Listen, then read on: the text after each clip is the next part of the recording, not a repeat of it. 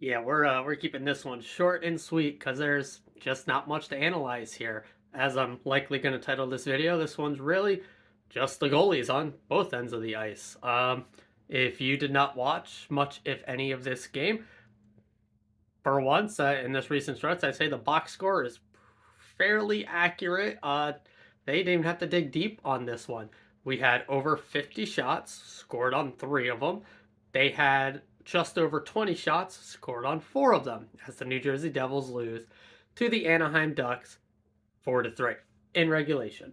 Um, the team basically straight up outskated Anaheim all night. Uh, if it was on Dawes a bit, right? He got pulled after two. We had Schmidt go in the third.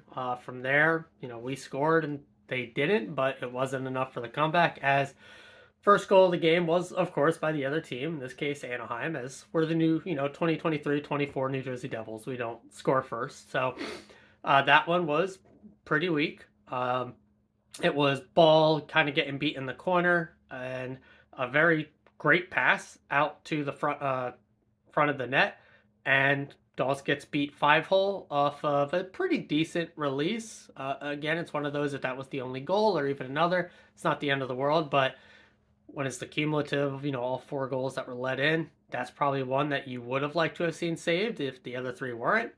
Uh, the second goal also very much would have liked to have been seen saved. The next two actually not as bad, in my opinion, but yeah, we did tie it right away there in the first period off of a Timo Meyer goal, off of amazing play by Jack Hughes, who was just absolutely on it all night, up until the very, very last, well, second to last play of the game, I guess, technically. But yeah, this one's a stinker. So Timo crashes the net front, got another dirty goal there in a tap and play off of Jack Hughes driving the net, getting a nice rebound, and then playing the puck back with an amazing play basically from his chest, almost getting another chance, leaving the rebound for Timo to knock in. Then, with just over a minute left in the first period, the Ducks take the lead again off of Rico. You gotta love him. He not a full on wraparound. Instead, he collects kind of a loose puck behind the net and is able to stuff it on the far side before Dawes could get over. Timo almost had it with a good stick play, but it wasn't that close. Rico definitely had them both beat. That one I probably would say was more savable than the first.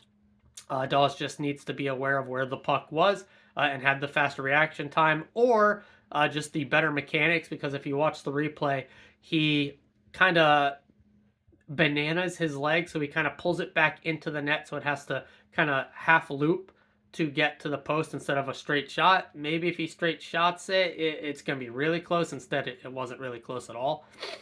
And then we head into the second period.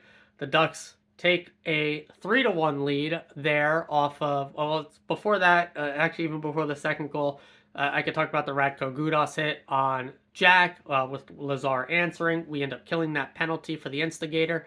But, the guys are going to throw hits, and Jack's going to take the body his entire career just with his play style and how much he owns the puck on the ice. And he braced for the hit well. He absorbed the hit well. There was no injury. It was a clean hit. I know some people have that feeling with Radko Gudas that, maybe it's going to be borderline. Not in this case. It was just a solid, middle of the ice, open ice, hip check.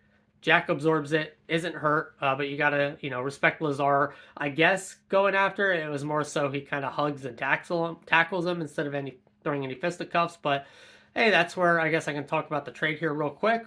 We got McDermott from Colorado. He's literally just a goon on skates. Probably, from all accounts, the toughest guy in the NHL. It's probably a Rempe answer of the Rangers. McDermott's 6'5", 200 something. He has averages over a penalty minute per time on ice in his entire career. The guy's there to throw fisticuffs. He's there to throw the body, probably to take penalties and to fight guys and be off the ice. That's what he's there for. He's going to average less than 5 minutes.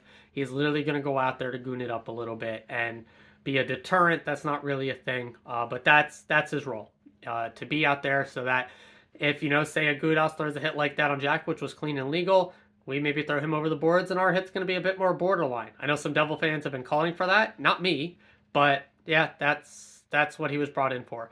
Also, technically, we had another trade. I'll talk about that real quick, where we had Tanev for about half a second. So if you were a Tanev fan and want to get his jersey, it's almost not a foul. But we got a draft pick for just eating some cap. Just a shrewd move. Free pick is good. We have more cap that we're going to end up using. I'm sure plenty of talks were had out there to see if we could use every last penny of it. I don't really see the moves out there to really truly utilize it, even going after taking, say, a full Markstrom cap hit in a trade and having no retention. We would still have plenty of room with that with the Dougie LTIR. So, yeah, those were moves that would happen in the interim from the last game. But yeah, so Ducks score a third goal. This one I have a bit less on Dawes. I think, I'm trying to remember, I think this one was the redirection in front. It was just a very beautiful redirect. It's very hard to kind of fault a goalie on a dead front redirection like that, tip, deflection. Good goal. Again, you don't give up those first two, which I consider to be weaker. The next two here at the deflection, and then we did bring it back into one once again with a Jack Hughes goal. Make the second of the game. Love to see that from Jack. Would have liked him to get maybe one more there at the very end, but Jack Hughes was doing Jack Hughes thing. Great shot using Toffoli as the screen. Love to see that for him. He's been electric these past few games, especially here in this one. It just wasn't quite enough.